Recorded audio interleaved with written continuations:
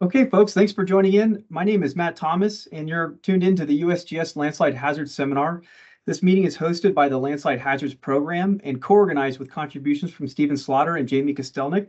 For those of you that are new to this meeting, you have the ability to submit your questions via the chat window, or you use the raise your hand feature in combination with your microphone and video camera. We're going to wait until the end of today's presentation to take questions. So in the meantime, if you're not intending to speak, please make sure your video camera is off and your microphone is muted. It's my pleasure to introduce today's speaker, who is Shelby Arendt. Shelby joined the USGS here in Golden, Colorado as a Mendenhall postdoc in September 2023, and she works to investigate the landslide river interface to understand how rivers trigger landslides and how landslides can lead to cascading downstream hazards.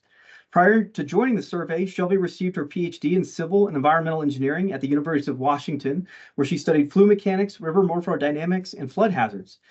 She's excited to extend her rivery background upstream to hillslope stability problems in the Landslide Hazards Program. Shelby, thanks so much for joining us today. Hi, I'm Shelby. As Matt said, I'm a new Mendenhall postdoc with the Landslide Hazards group in Golden, Colorado, and I'm looking at how river morphodynamics can affect landsliding.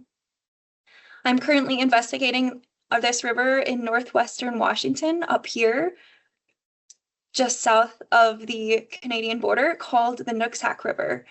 And to orient us here, I've also noted the Stillaguamish River system where the State Route 530, otherwise known as Oso landslide, occurred. And at this location on the Nooksack, the channel abuts a 50-meter tall glacial terrace that frequently landslides into the river. This is called the Clay Banks Landslide Complex. Here on the left, you can see an example of a deep-seated landslide from this complex that happened in February 2014. This photo was taken by Scott Linneman, a professor at Western Washington University, the summer after it happened. The landslide originally flowed out 200 meters, temporarily damming the river, but was rapidly incised within a matter of minutes.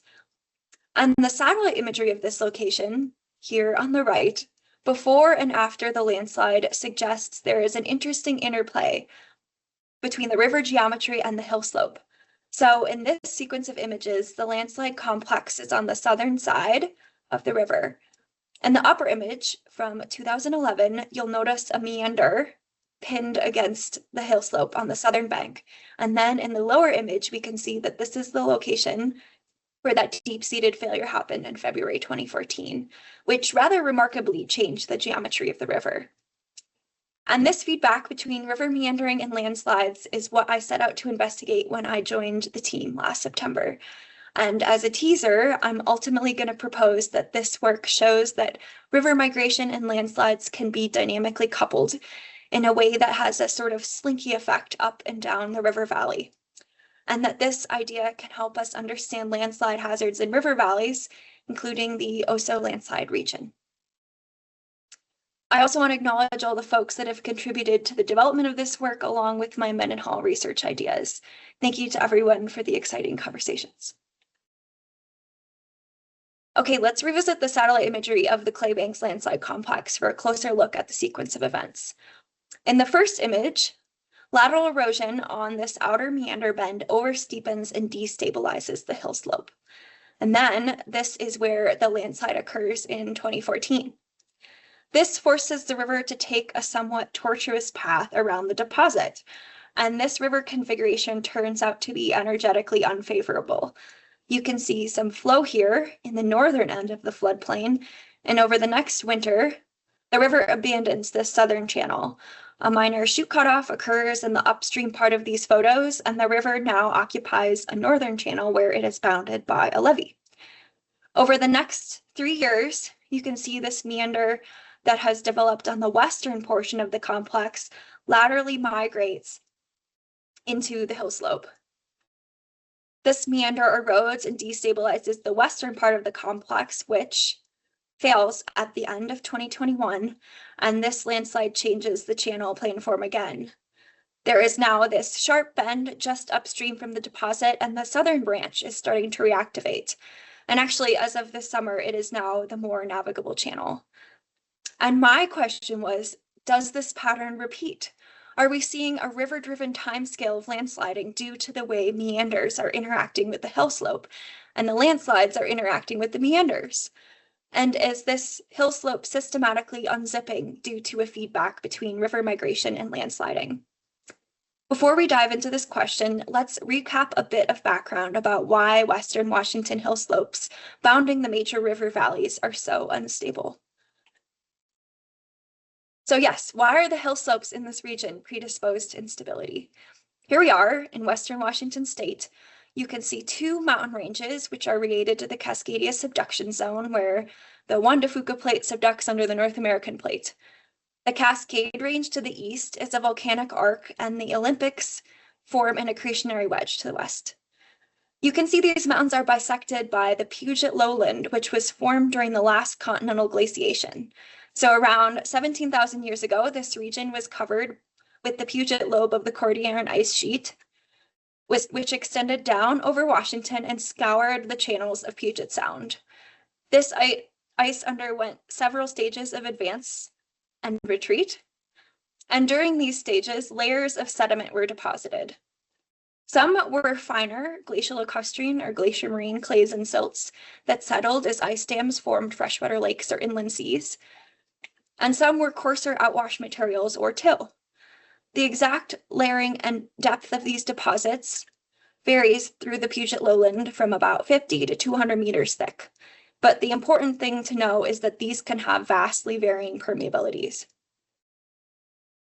These deposits were incised post-glacially by east-west trending rivers to create steep, unstable slopes.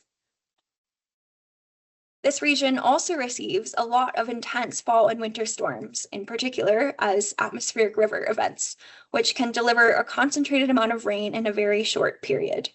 Here on the right is a simulation of the amount of precipitable water in the atmosphere. And you can see this purple-green ribbon carrying moist air from the tropical Pacific up towards Washington state, where it rises up due to the mountains and rains a lot.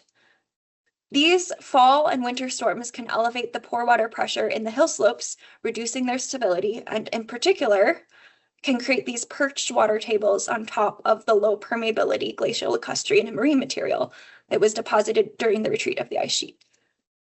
This creates hot spots of instability on the bluffs along river valleys. And a really good place to see an outcrop of these glacial terrace layers is on the Claybanks landslide complex. So here we are facing the landslide complex across the river. This is an image from a field visit last fall. The section we're looking at is about 1 kilometer wide and 50 meters tall. It's really hard to get a sense for the scale here, but this complex is big. And when we were there, we could hear gravel coming down the face. And we were there with one of the landowners who said they regularly hear stuff sliding off the complex up at their house, which was maybe 500 meters behind this photo. Just to orient us with what we're looking at, here is a DEM of the site. I've put a yellow dot where we're standing, and the dashed lines note the extent of the view.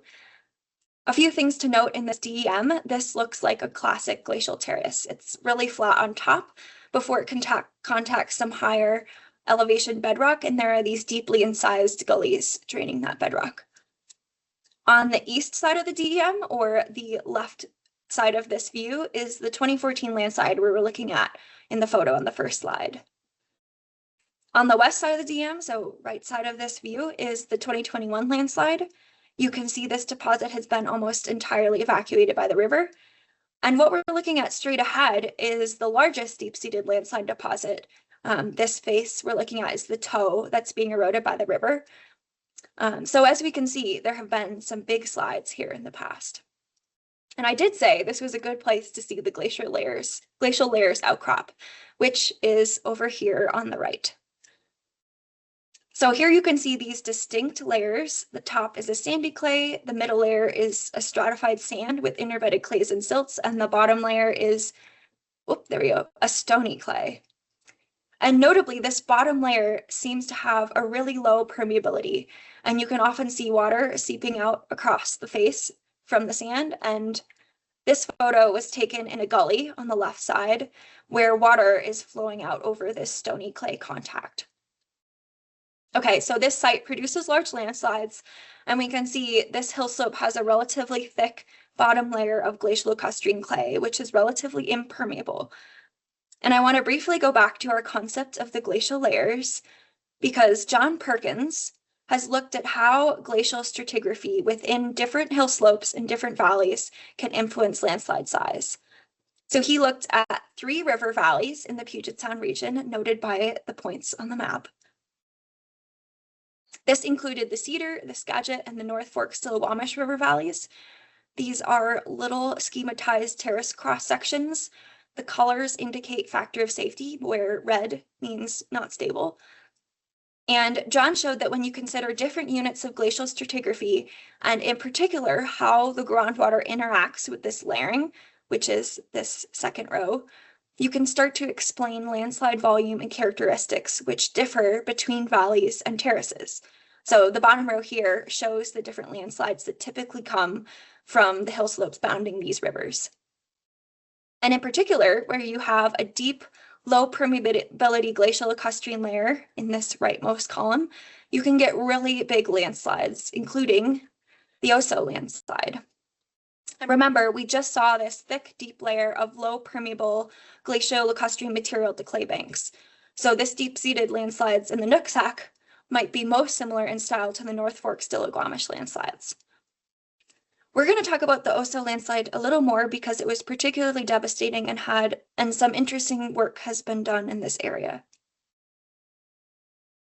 This is a photo taken looking downstream in the North Fork Stillaguamish River at the Oso landslide. This failed in 2014. It flowed over 1 kilometer across the river valley, destroying homes in a housing development, and unfortunately, 43 lives were lost.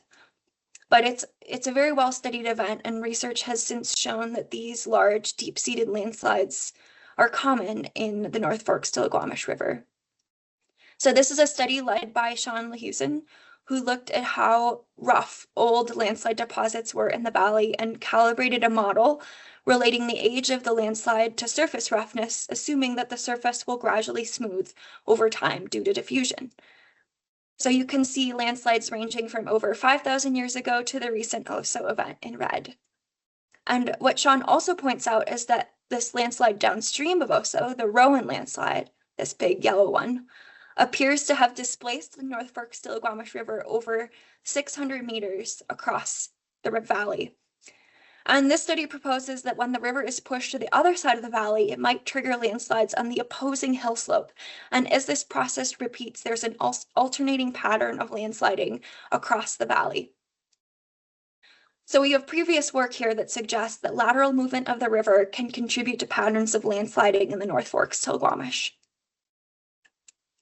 Adam Booth published a follow-up study that extended this dating methodology a little bit further up and downstream using a similar roughness dating technique, and showed that yes, indeed, these hill slopes have had persistent landsliding throughout the Holocene.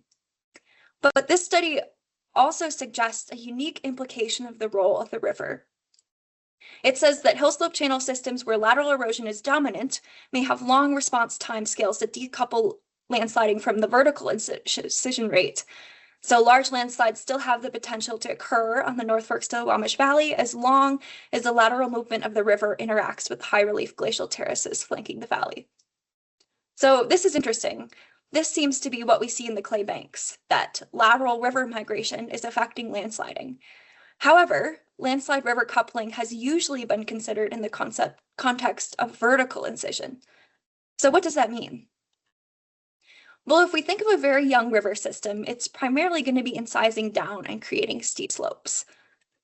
These will, over time, through landsliding and hill slope diffusion, relax, though the river may be still predominantly downcutting. And during this downcutting process, there can be tectonic activity or sea level changes that can cause a nick point or a break in river slope to propagate upstream. And studies have shown that this can create steeper and longer hill slopes below the nick point and lower relief hill slopes above the nick point. And a study by Sean Gallen and the Appalachians also demonstrated that this can be connected to landslide activity, where there are more landslides in the steeper landscape below the nick point and less above it. However, as this valley widens, or if the river is occupying an old glacial valley, so it's underfit with respect to the valley, you might start to see river meandering, where the only obvious regions of erosion and landsliding are on outer bends of meanders. And I want to concur with Adam Booth that this is a new regime of river-hillslope interactions through lateral erosion that can be decoupled or acting on different timescales from the incising river-hillslope interactions.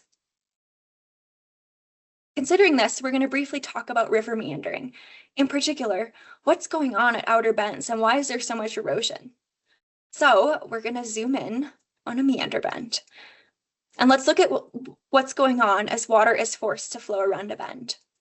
As flow enters a meander, it experiences an apparent centrifugal force as a result of the fluid inertia resisting the change in flow direction. This creates a tilt in the water surface, as shown here on the top left, super elevating the surface on the outer bend. This creates a horizontal pressure gradient, causing water to circulate from the outer bend to the inner bank. This erodes sediment from the outer bend, creating a steep cut bank and an inner point bar. So the hydrodynamics at meander bends conditions these areas to have high outer bank lateral erosion, which can lead to oversteepening and slope instability without any drop in base level. And these effects tend to be strongest near the apex of meander, and this leads to river migration. Now, what does river migration look like? We're going to briefly watch a video to gain some intuition for how rivers migrate. And as this plays through a few times, what do you notice about spatial patterns of migration? So hopefully you can see here the tightest curves tend to migrate the fastest. And when there's a cutoff event, meaning the river rapidly cuts a shorter path across a meander, there's one that happens, let's replay it. There's one that happens here in 1995. These cutoff events can non-locally affect the river migration both up and downstream. And a study led by John Schwenk calls this cutoff avalanching dynamics. But the point is that river curvature and the way this evolves over time affects river migration. A famous study by Hicken and Nansen showed a relationship between river curvature and migration for a bunch of Canadian rivers. This plot shows migration rate versus curvature. Moving left on the x-axis means the river is more curved, and moving right means more straight. And they show that the tighter bends tend to migrate faster up until a point.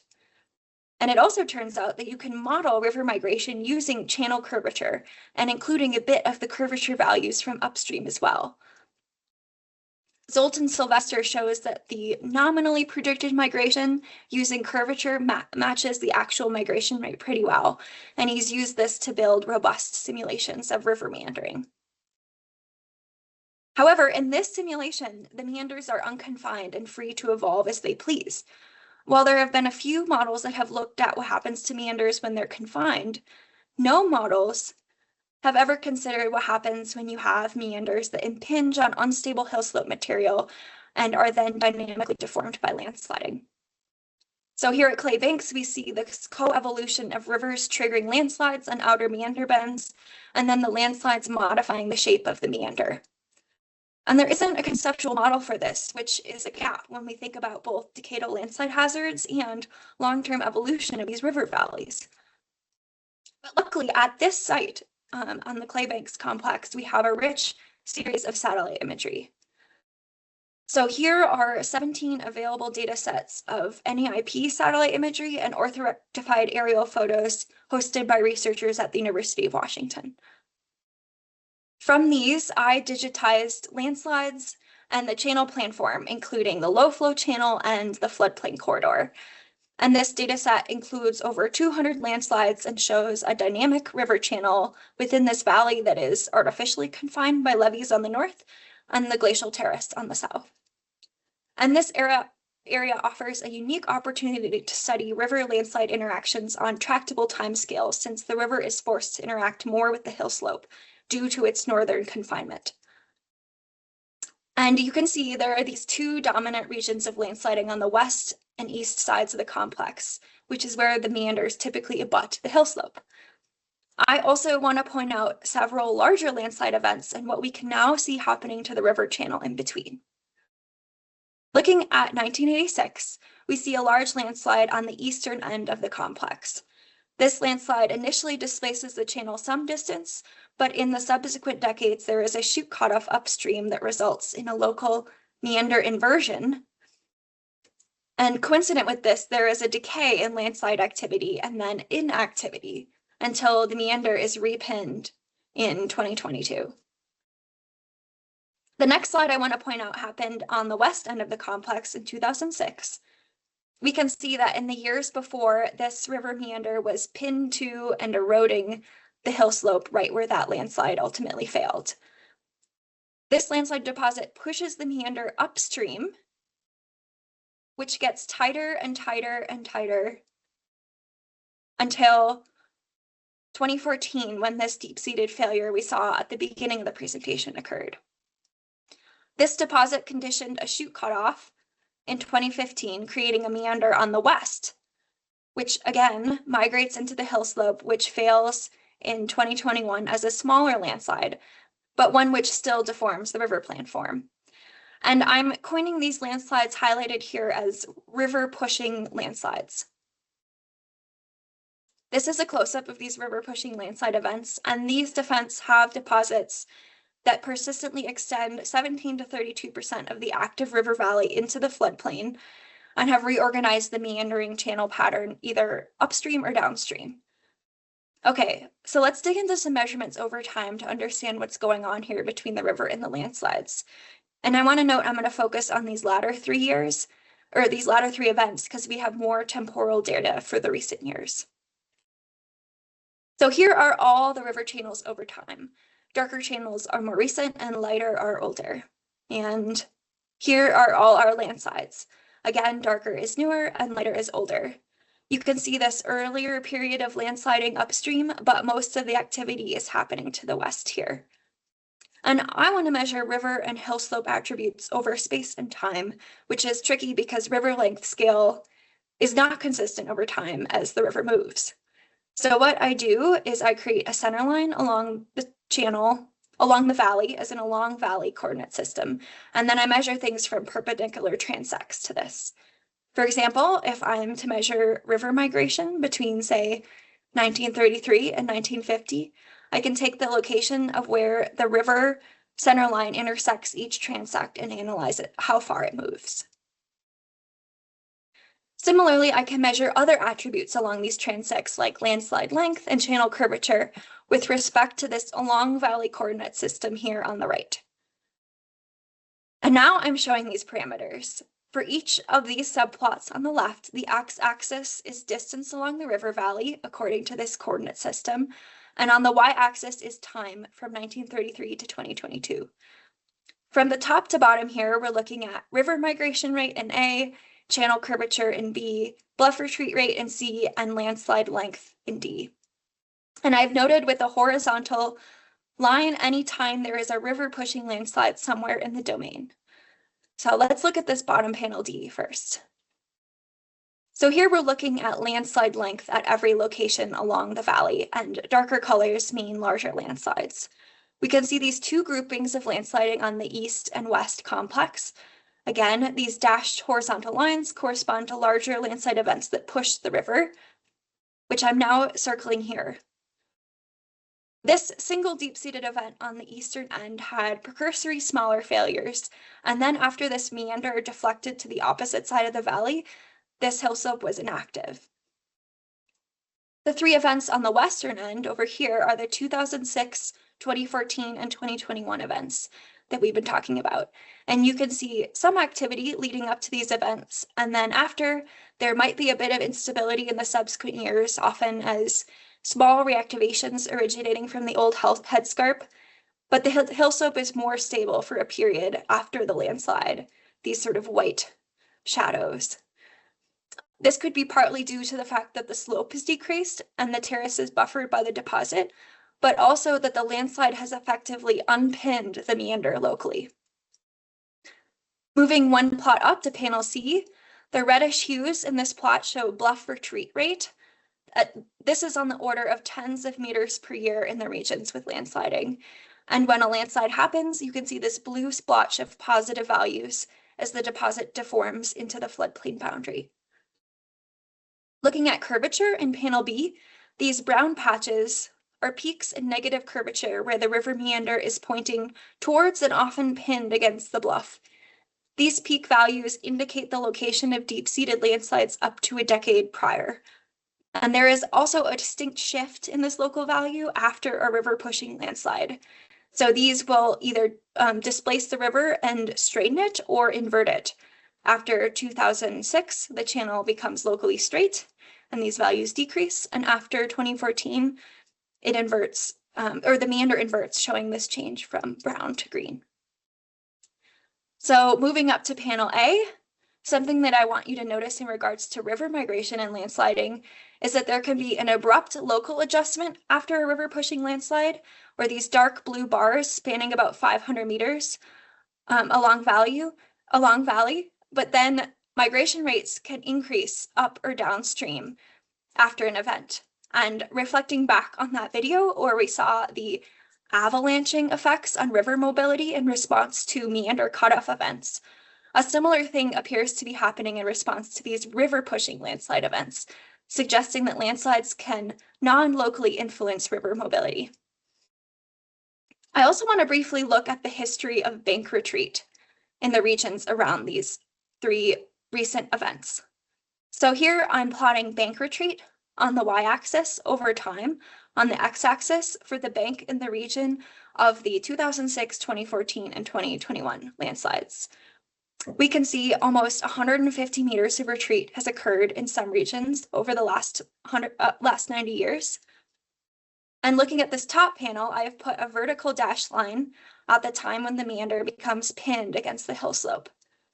So following this, bank retreat accelerates until failure deflects it back, and ultimately the deposit extends beyond the initial floodplain boundary.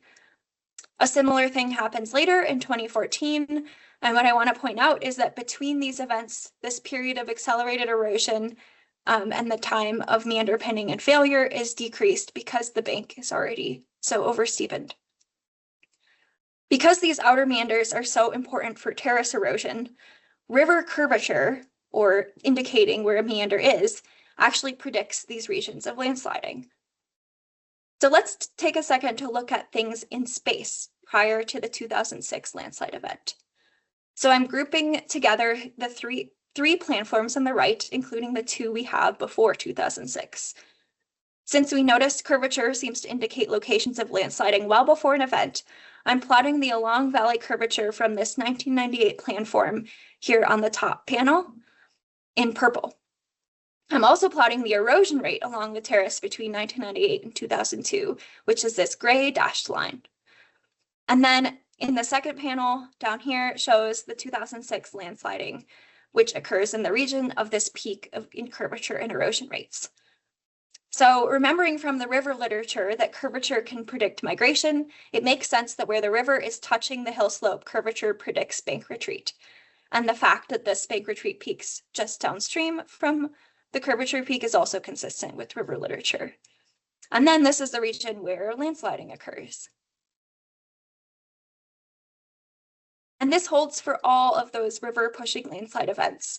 I'm now plotting the sequence of curvature and erosion prior to the slides in 2006, 2014, and 2021, which all show this similar pattern.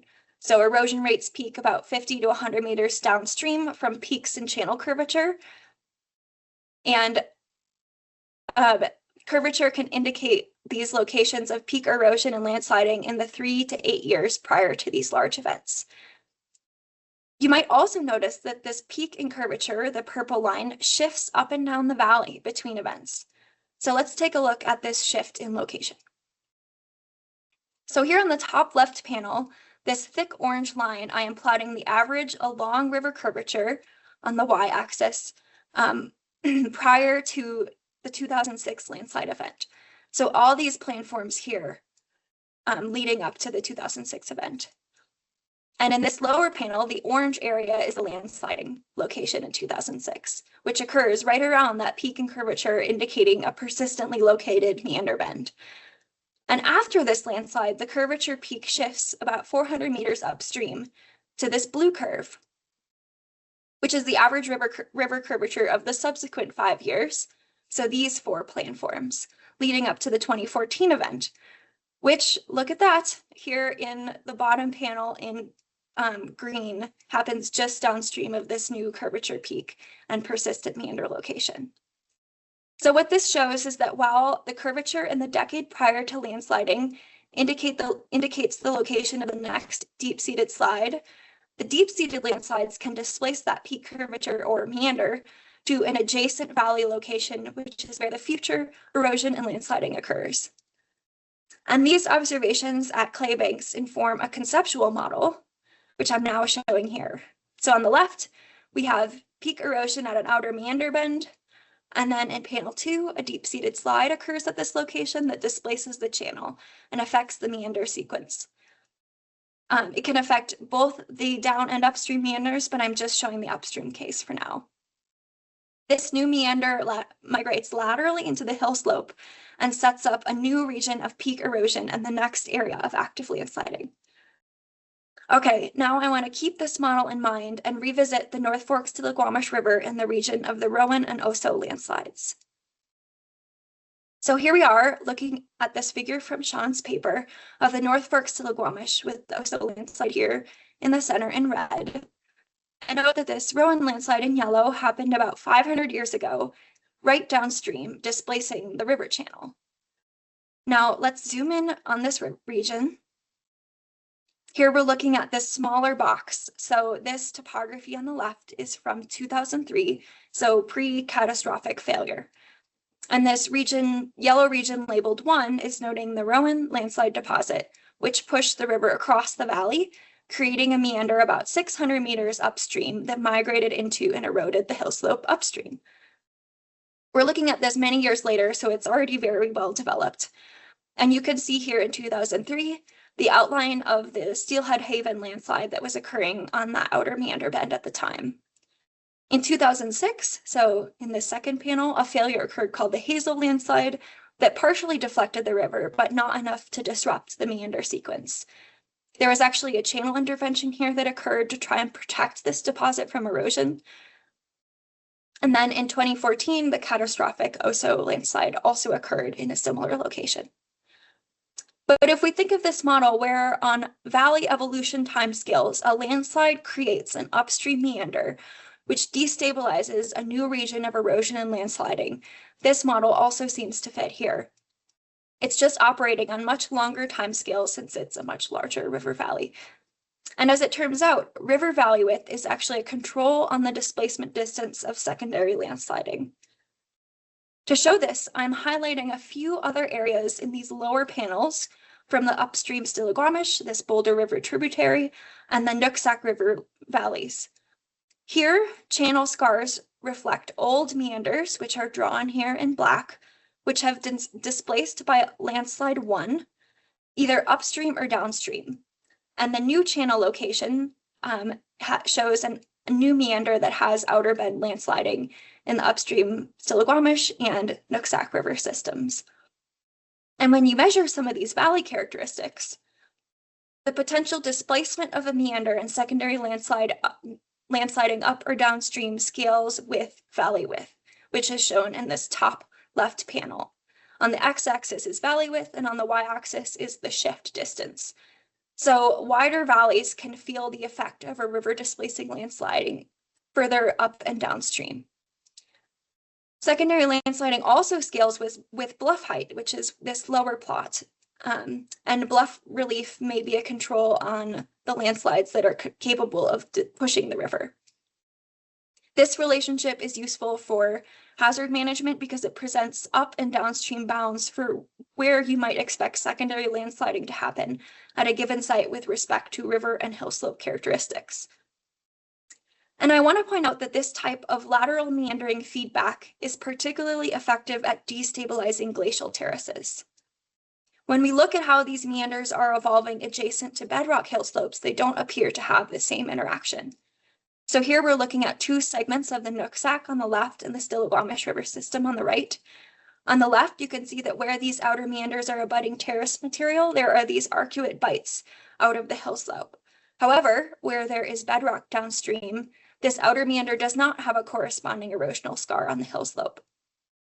On the right, this here is the downstreammost extent of the Rowan landslide deposit, but downstream of there, we can see these floodplain meander scars tracing propagation against this bedrock hill slope with little to no lateral erosion of the hill slope.